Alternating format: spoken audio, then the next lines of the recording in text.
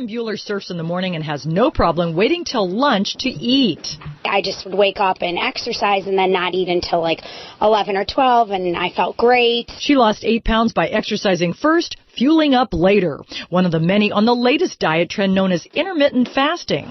I eat dinner probably like 7 or 8.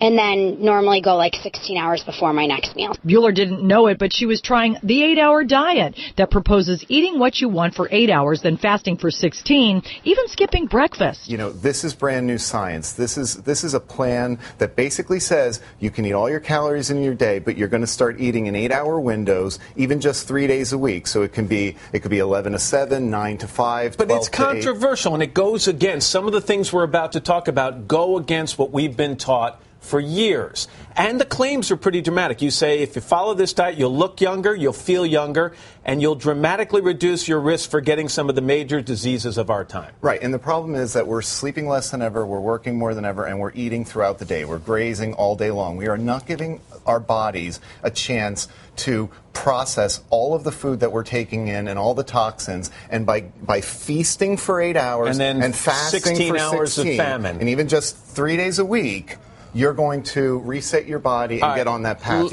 I lost 7 pounds in 10 days when I adopted the plan. And you say, by the way, people could lose 20 pounds in 6 weeks. All right, let's start. Every day what I do is I eat for 8 hours and I fast for 16.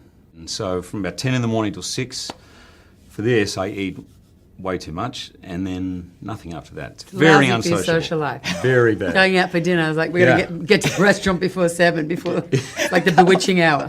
Yeah. Okay, last drink. But the thing I didn't realise in the first one was 70% of how you look is your diet.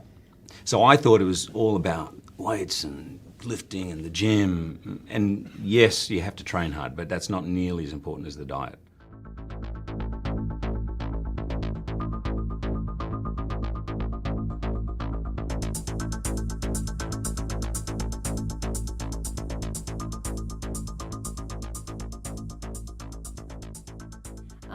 The type of intermittent fasting that I like the best is you don't eat for a period of 12 to 16 hours every day, and then you eat the rest of the time. That might sound like a long period of time, but I'll explain how it's not actually that difficult.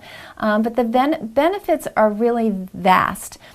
Giving the body that break from eating decreases insulin levels. Insulin is something we have a tremendous problem with in this country.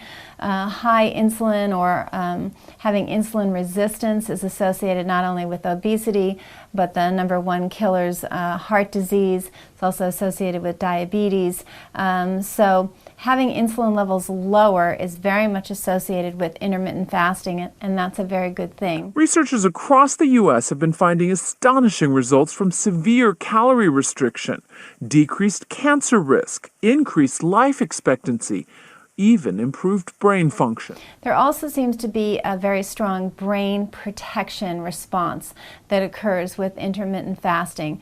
And there was a Dr. Mattson who did some research, and he found that what fasting did was it actually stimulated the defense network in the brain against cells being damaged.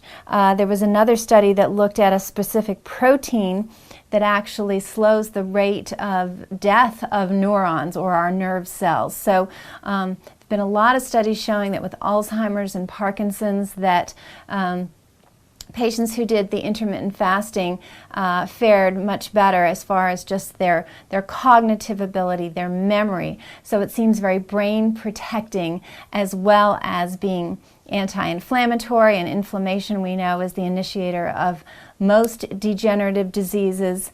It increases our immune function, it lowers cholesterol and triglycerides. So overall, there's a lot of positive.